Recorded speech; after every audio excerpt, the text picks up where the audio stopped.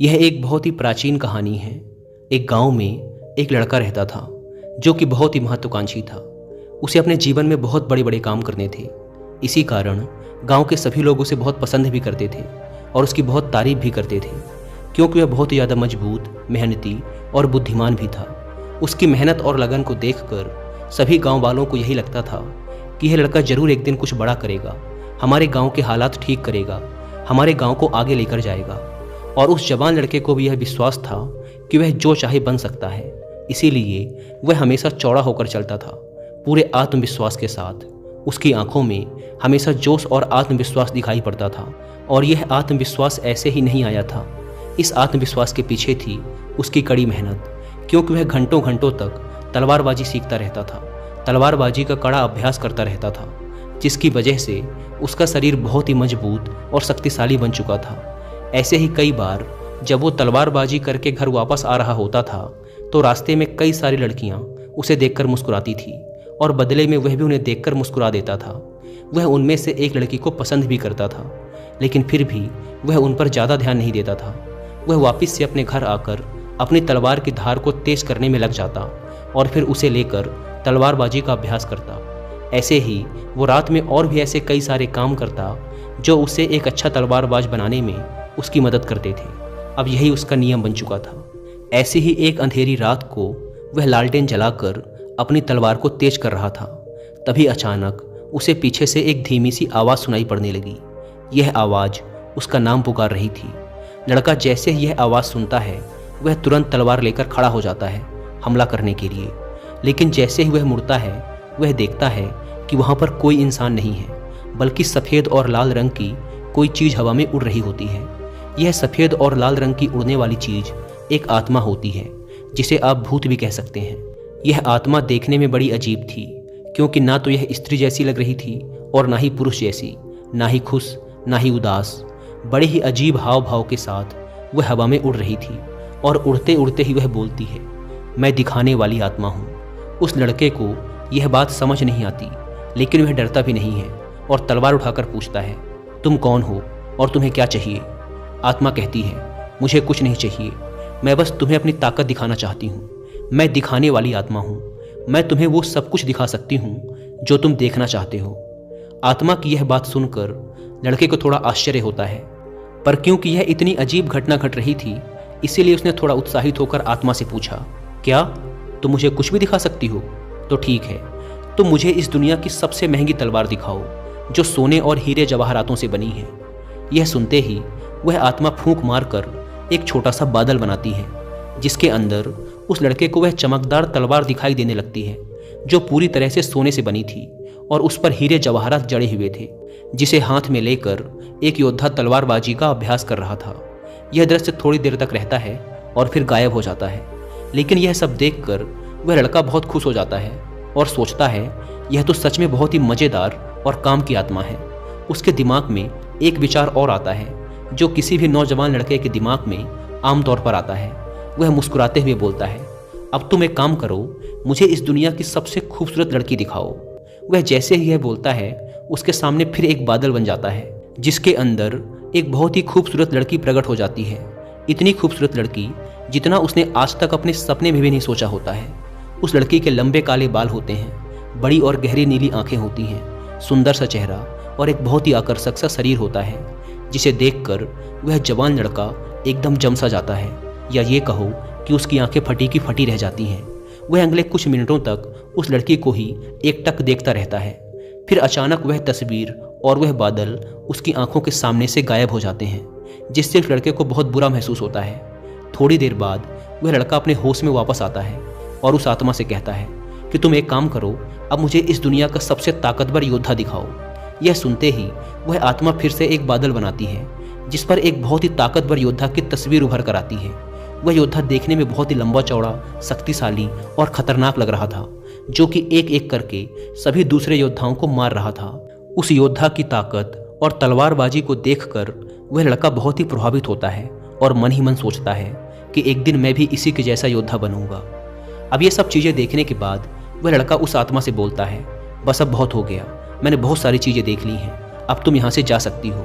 यह बोलने के बाद लड़का वापिस से अपनी तलवार की धार को तेज करने में लग जाता है और अपने काम में व्यस्त हो जाता है। वह आत्मा लड़के की बात का जवाब देते हुए बोलती है, ठीक है, अगर तुम्हें अभी कुछ और नहीं देखना तो अभी के लिए मैं तुम्हारे घर से जा रही हूँ, लेकिन अगर कभी तुम्हारा मन करे कुछ देखने का तो तुम अपने घर के पीछे वाले जंगल में आ जाना। मैं तुम्हें वहाँ वो सारी चीज़ें दिखा दूंगी जो तुम देखना चाहोगे। आत्मा की इस बात पर वह जवान लड़का कुछ खास ध्यान नहीं देता और अपनी तलवार को तेज करने के काम में लगा रहता है। अब जैसे जैसे हफ्ते गुजरते हैं, बीच बीच में उस लड़के को उन सभी चीज़ों की याद आती है जो उसने देखा होता है। इसीलिए कई बार वह लड़का अपने घर के पीछे वाले जंगल में जाता है, उस आत्मा को देखता है और वापस घर आ जाता है। लेकिन एक दिन तलवारबाजी के अभ्यास के बाद जब वह लड़का बहुत थका हुआ होता है तो सोचता है कि चलो आज देख ही लेता हूँ। वह उस आत्मा के पास जाता है और अपनी तरह तरह की इच्छाएं बताना शुरू कर देता है।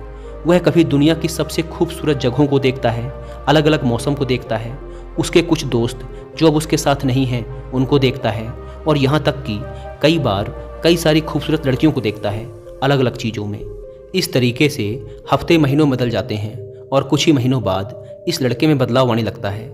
जहाँ पहले ये लड़का घंटों घंटों तक तलवारबाजी का अभ्यास करता था, अब वह रोज 1 घंटा पहले ही घर वापस आने लगा था। कुछ दिनों बाद उसने उस आत्मा को भी अपने घर में ही बुला लिया था, जिसके बाद से वो आराम से जब चाहे और जितना चाहे चीज़ों को देख सकता था। पहले ये चीज़ें 1 घंटे पहले हुई, फिर धीरे धीरे वो लड़का इतना आराम पसंद हो गया कि वह 2 घंटे पहले आने लगा, फिर 3 घंटे। वो कई बार जल्दी घर आकर आत्मा से बोलता, मुझे दिखाओ कि अच्छे योद्धा कैसे लड़ते हैं, और फिर धीरे धीरे यह उसकी आदत बन गई। वह रोज अलग अलग योद्धाओं को लड़ते हुए देखता, उनकी लड़ाई का आनंद उठाता और सोचता कि काश मैं भी एक दिन ऐसा बनूं। ऐसे ही धीरे धीरे उसमें बहुत से बदलाव आने लगे। अब जब वो तलवारबाजी का अभ्यास करके घर वापस लौटता और लड़कियां उसे देखकर हाथ हिलाती तो अब वो उनकी तरफ देखता तक नहीं था, उन्हें पूरी तरह इग्नोर कर देता, क्योंकि अब उसने इतनी सुंदर सुंदर लड़कियां देख ली थी कि अब वह सोचने लगा था कि काश उसे भी एक दिन कोई ऐसी ही लड़की मिले, और जिस दिन उसे ऐसी लड़की मिल जाएगी वह उससे ही शादी करेगा और उसी के साथ रहेगा जिसके वह लायक है।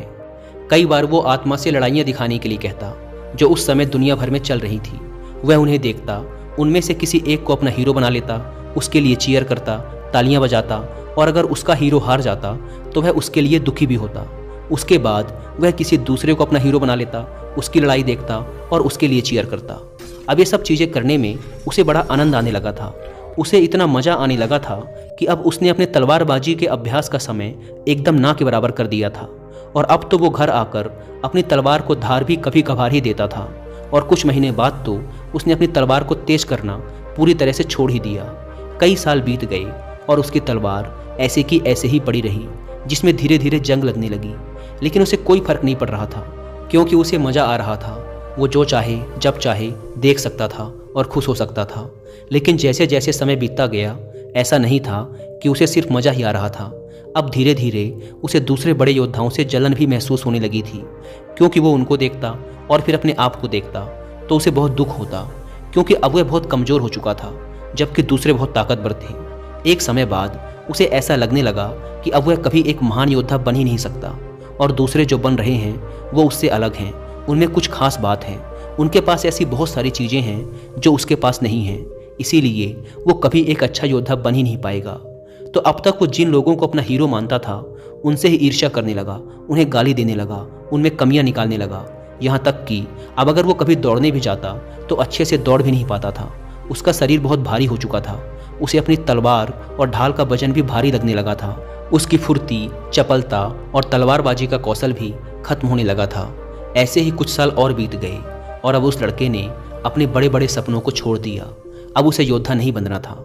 अब वह सिर्फ उस आत्मा की सहायता से बार बार कोई न कोई युद्ध देखता और उनमें ही जंग लड़ने की कोशिश करता। यहाँ तक कि अब वो 30 साल से भी ऊपर का हो चुका था, अकेला, अपने जीवन से परेशान, लक्ष्यहीन, और उसके जीवन में कुछ अच्छा था भी नहीं। एक रात जब वह अपने कमरे में बैठा हुआ था और जैसे ही रात के 12 बजे तो कोने में वह जो आत्मा बैठी हुई थी वह अचानक जोर जोर से हंसने लगी। उस आदमी ने उसे देखा और चौंक गया। पिछले 10 सालों में आज तक उस आत्मा ने अपनी कोई भी भावना प्रकट नहीं की थी। वह बस एक गुलाम की तरह चुपचाप उसकी हर एक बात मानती चली आ रही थी। लेकिन आज वो हंस रही थी, और आज 10 साल बाद उसने कुछ ऐसा कहा जिसे सुनकर वह आदमी एकदम हक्का बक्का रह गया। उस आत्मा ने कहा, अब मेरा काम यहाँ खत्म हो चुका है, मेरा मकसद पूरा हो गया। डरे सहमे उस आदमी ने पूछा, यह तुम क्या कह रही हो? यह सुन वह आत्मा फिर जोर से हंसने लगी और कहा, अब मुझे वो रहस्य बता ही देना चाहिए जिसे पिछले 10 सालों से मैंने तुमसे छुपा कर रखा था। असल में मैं एक शैतान हूँ, मैं इस दुनिया की सभी बुराइयों की जड़ हूँ। आज रात इस गांव में एक राक्षस हमला करेगा और भविष्यवाणी में यह बताया गया था कि तुम उसी राक्षस को हराने के लिए पैदा हुए थे। तुम इस दुनिया के सबसे महान योद्धाओं में से एक बन सकते थे। तुम हमारी बुराइयों को खत्म करने वाले योद्धा थे, लेकिन अब बहुत देर हो चुकी है। अब तुम कुछ नहीं कर सकते। अब हम इस गांव में भयंकर तबाही मचाएंगे और जितनी भी अच्छी आत्माएं हैं हम उन सबको अपने साथ लेकर जाएंगे। ये सब सुनकर उस आदमी के होश उड़ जाते हैं, लेकिन फिर भी चौंका हुआ वह आदमी पूछता है, पर तुमने 10 साल तक इंतजार क्यों किया? तुम तो 10 साल पहले ही मुझे मार सकती थी।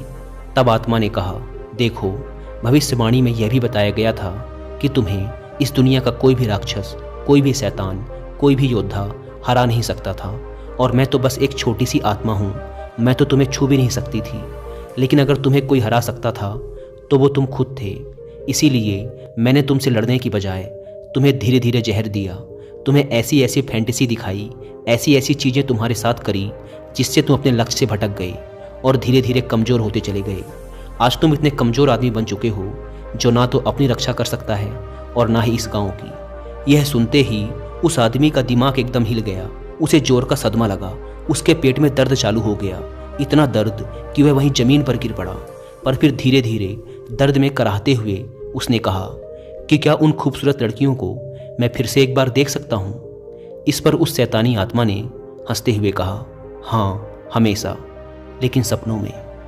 दोस्तों, ये कहानी पूरी तरह से हमारे आज के समय में भी फिट बैठती है, और अब तक आपने समझ भी लिया होगा कि आज के समय में हमारे लिए वो शैतान, वो डेविल कौन है। Internet, social media, porn, drugs और ऐसे बहुत से एडिक्शन जो आज की यंग जनरेशन को लगातार वीक और पर्पसलेस बनाते जा रहे हैं। हर एक इंसान जिसने अपने बचपन में कुछ सपने देखे थे वो उन सपनों को काफ़ी हद तक पूरा कर सकता है, लेकिन जैसे जैसे वह बड़ा हुआ उसे आराम की लत लग गई, बिना मेहनत के चीज़ों को पाने की आदत पड़ गई, काम को टालना उसकी आदत बन गई। उसने ऐसे ऐसे एडिक्शन पाल लिए जिसने उसे उसके लक्ष्य से भटका दिया। इसीलिए वह बड़ा तो हुआ, लेकिन उसके सपने छोटे होते गए और अंततः उसने अपने ड्रीम्स को गिव अप कर दिया। आज के समय में इंसान का जीवन इतना आसान हो गया है जितना पहले कभी नहीं था। आज वह इंटरनेट के थ्रू जो चाहे जब चाहे देख सकता है और खुश हो सकता है। उसे इसके लिए कोई मेहनत नहीं करनी पड़ती। आजकल डेली नीड्स की चीज़ें भी बहुत ही आसानी से उपलब्ध हैं, जिसके लिए पहले इंसान को काफ़ी शारीरिक मेहनत करनी पड़ती थी। आज का मैन जो वो बनना चाहता है उस काम को और उसके रिजल्ट को इंटरनेट पर बड़ी ही आसानी से देख सकता है और खुश हो सकता है, जिससे उसके दिमाग को सस्ता डोपामिन मिल जाता है। अब क्योंकि दिमाग को उस रिजल्ट का डोपामिन मिल चुका है, इसीलिए वो उस इंसान को उस रिजल्ट को रियल लाइफ में हासिल करने के लिए पुश नहीं करता। इसके बजाय वो और सस्ते डोपामिन की तलाश में इंसान को ऐसे ही और चैलेंजेस को इंटरनेट पर देखने और उसके लिए खुशी मनाने के लिए मोटिवेट करता रहता है, जिससे इंसान इस फेक हैप्पीनेस हार्मोन का आदी हो जाता है और रियल लाइफ में चैलेंजेस को फेस करने से भागने लगता है, जिससे आज के मैन का testosterone level, muscularity and toughness लगातार नीचे गिर रहे हैं, जिससे वो लगातार वीक और पर्पसलेस बनता जा रहा है। इसीलिए ये ज़रूरी है कि हम अपनी इस फेक और वर्चुअल दुनिया से बाहर आकर रियल लाइफ में चैलेंजेस लें और उन्हें पूरा करें। लेकिन इसमें सबसे ज़रूरी चीज़ है फोकस। बिना फोकस के किसी भी लक्ष्य को हासिल नहीं किया जा सकता। तो ज़रूरी है कि हम हर तरह के एडिक्शन से अपना ध्यान हटाकर अपने काम पर लगाएं। लेकिन आजकल की दुनिया में इंटरनेट से डिस्ट्रैक्ट हुए बिना रह पाना लगभग असंभव है। इसीलिए जितना हो सके खुद को हर तरह के डिस्ट्रैक्शन से दूर रखकर अपने लक्ष्य पर फोकस करने का प्रयास करो, क्योंकि डिस्ट्रैक्शन हमारे सपनों को बस सपना बनाकर छोड़ देता है। दोस्तों, उम्मीद है कि आपको इस वीडियो से कुछ सीखने को मिला होगा, और वीडियो में यहाँ तक बने रहने के लिए आप सबका बहुत बहुत धन्यवाद।